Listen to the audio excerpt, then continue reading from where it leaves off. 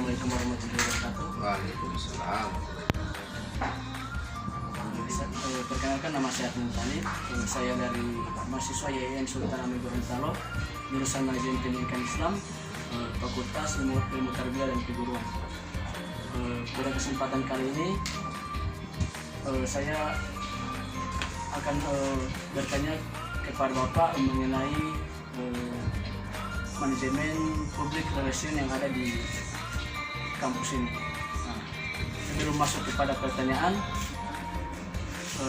saya persilakan kepada Bapak untuk memperkenalkan nama dan jabatan Bapak. Terima kasih. Assalamualaikum warahmatullahi wabarakatuh. Nama saya Fakhrun Yahya. Saya menjabat Kabak Tata Usaha di Fakultas Usdudin dan Dakwah. Yaitu saya sebagai kepala kantor yang membidangi administrasi dan manajemen yang ada di lingkungan FUD. Ini menarik ya, karena saya dulu pernah menjabat juga sebagai Kabak Humas. Di IR itu bahasa Inggrisnya kan, bahasa kerennya PR, tapi dia bahasa birokrasinya itu dengan hubungan masyarakat atau humas. Kira-kira apa yang mau di-interview? Silakan. Saya masuk pada pertanyaan pertama tentang bagaimana pendapat Bapak mengenai public relation yang ada di kampus kita ini. Oke. PR itu adalah teori, tapi dalam suatu struktur kelembagaan organisasi, kalau ditanya bagaimana menurut saya, PR itu adalah suatu bagian. Jadi dia ada satu bagian tertentu dalam setiap organisasi itu yang mengurus atau mengelola informasi yang harus disampaikan secara internal ke eksternal atau ke masyarakat. Jadi kalau ditanya bagaimana, ya harus ada. Jadi harus ada di setiap organisasi itu. Penting adanya bahwa kita butuh satu unit, satu struktur, satu lembaga, satu bagian yang khusus mengelola public relation. Dalam bahasa birokrasi, organisasi disebut dengan humas atau hubungan masyarakat. Kemudian berbicara tentang public relation, pada kesempatan kali ini kita dihadapkan dengan salah satu wabah atau yang kita kenal dengan virus corona. Bagaimana tantangan public relation itu pada situasi pandemi saat ini? Oke, kalau bicara tantangan berarti harus ada peluang. Dan kita punya kekuatan dan juga punya kelemahan. Oke, salah satu visi atau beberapa visi dari humas itu, pertama itu masalah peningkatan citra. Jadi pencitraan suatu individu ataupun organisasi yang diekspos atau dikeluarkan di masyarakat umum atau di dunia luar selain organisasi. Jadi peningkatan citra, kemudian peningkatan akses. Ya, akses itu kan bisa dikatakan oleh bisa dalam bentuk perangkat keras, prasarana, softwarenya maupun hardwarenya. Kemudian juga ada peningkatan mutu. Jadi kita punya citra, kita punya fasilitas baik soft maupun hard, kemudian mempunyai standar mutu. Jadi tidak semua yang harus diekspos itu diekspos, tidak semua juga yang harus. Jadi ada standar kualitas yang harus kita ekspos. Kemudian tantangan kita yang ada pada saat sekarang masa pandemik, ya berarti kita kan tidak bisa melakukan hubungan masyarakat itu secara face to face. Tapi pengalaman saya bahwa melakukan VR itu di dunia yang sudah modern, yang canggih, era digital, secara online, kita bisa menggunakan kekuatan IT. Jadi kita bisa menggunakan YouTube, kita bisa menggunakan radio. Jadi sudah tidak ada pengumuman atau juga sesuatu hubungan informasi secara monolog atau penyampaian face to face. Kemudian harus mengumpulkan banyak orang. Pengumuman-pengumumannya itu kan mungkin itu model atau tipe-tipe PR pada masa-masa dulu. Kita harus kampanye atau kayak dulu ada departemen penerangan kan yang harus keliling kampung atau keliling kota, jalan-jalan harus dengan menggunakan megafon atau mengumpulkan banyak orang. Saya pikir itu sudah tidak lagi zamannya, dan juga itu salah satu sesuatu yang tidak bisa pada saat sekarang pada masa pandemi. Jadi saya pikir kerja-kerja PR di masa pandemi tidak punya pengaruh, tetap jalan. Hanya kita tidak bisa melakukan hubungan secara face to face atau dalam program kerja yang dibuat kita belum bisa melakukan MOU. Misalnya MOU kan harus antara pimpinan rektor dengan misalnya Pak Gubernur. Nah, itu mesti dengan syarat atau ketentuan protokol yang cukup ketat. Tapi kalau bisa dilakukan dengan online, kita bisa menggunakan akses, ya akses itu kan banyak. Kita bisa menggunakan akses internet, kita bisa menggunakan berbagai jaringan, kemudian lewat WA, semua fasilitas apa itu WA, YouTube, kemudian IG, semua itu bisa digunakan dalam peningkatan kinerja daripada PR. Jadi yang Bapak sampaikan tadi juga mengarah kepada hambatan seorang public ya, kita fokus saja yang menjadikan PR atau hubungan masyarakat bersama kelemahan.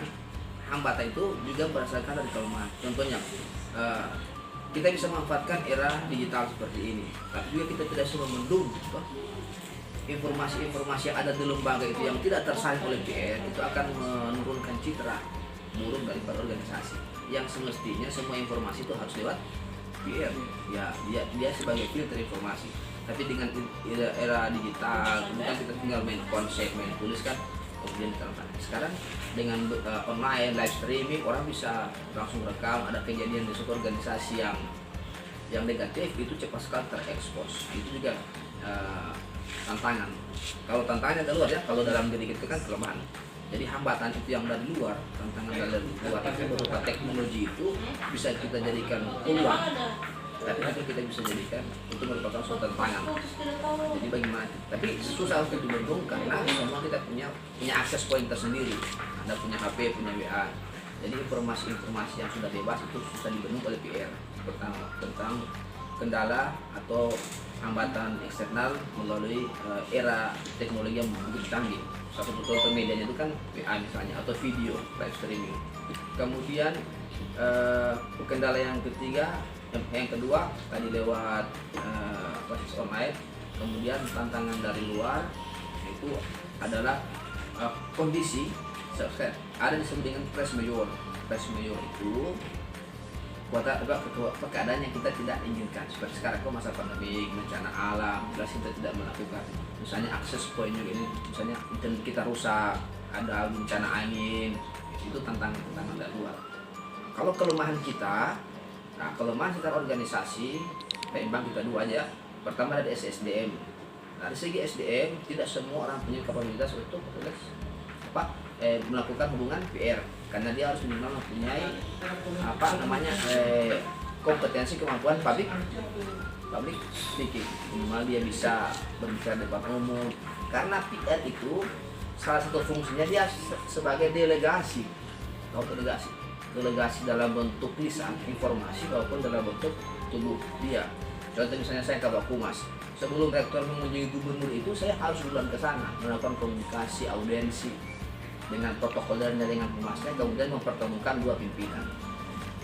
Jadi fungsi PR itu ketika dia menyampaikan berita lisan bahwa kita akan berkunjung ke sana melakukan hubungan kerjasama, melakukan hubungan masyarakat, ke gubernur, ke kecamatan, ke desa itu, sebelum itu pimpinan organisasi, maka PR itu yang harus ke sana.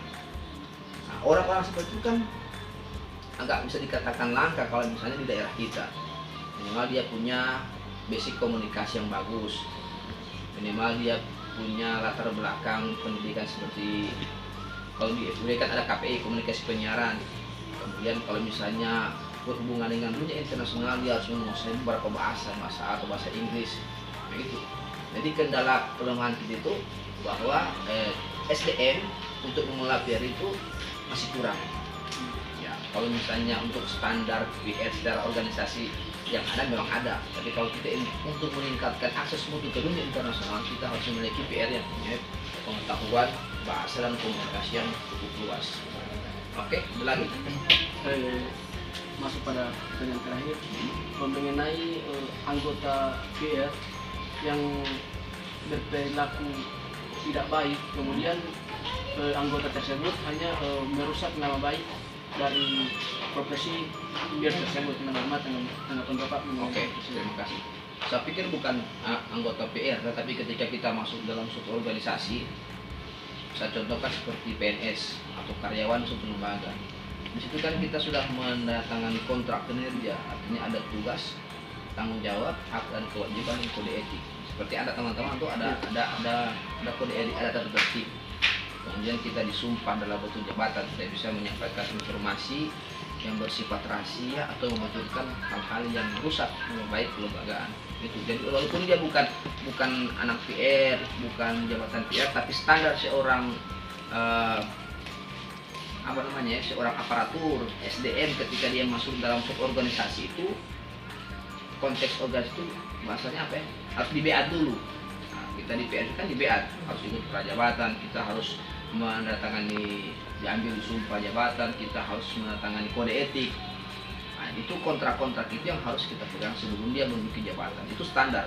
Saya pikir teman-teman masuk kan begitu kan, ketika masuk di OSP kan ada ikrar sebagai mahasiswa, menjaga nama baik citra. Jadi walaupun dia bukan anak PR, bukan orang PR, tapi dia, jadi Pak, misalnya apa sanksinya? Sanksinya itu umum, semua pegawai, semua aparatur dia di PP 53 tentang sanksi disitu. Jika itu ringan yang mungkin lisan, sedang mungkin tertulis, berat sampai dengan pemecatan. Kalau berat itu kan mungkin sudah melakukan situs-situs porno, melakukan dan bisa ancaman pidana itu minimal 2 tahun, berarti dia sudah harus pecat.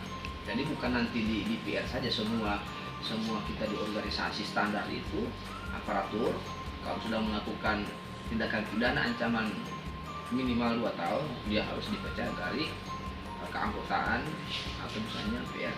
Jadi tidak PR saja ya, semua. Apalagi kalau kita sudah PR, kita kan diberikan amanah untuk menyampaikan informasi keluar, dari informasi yang meningkatkan citra.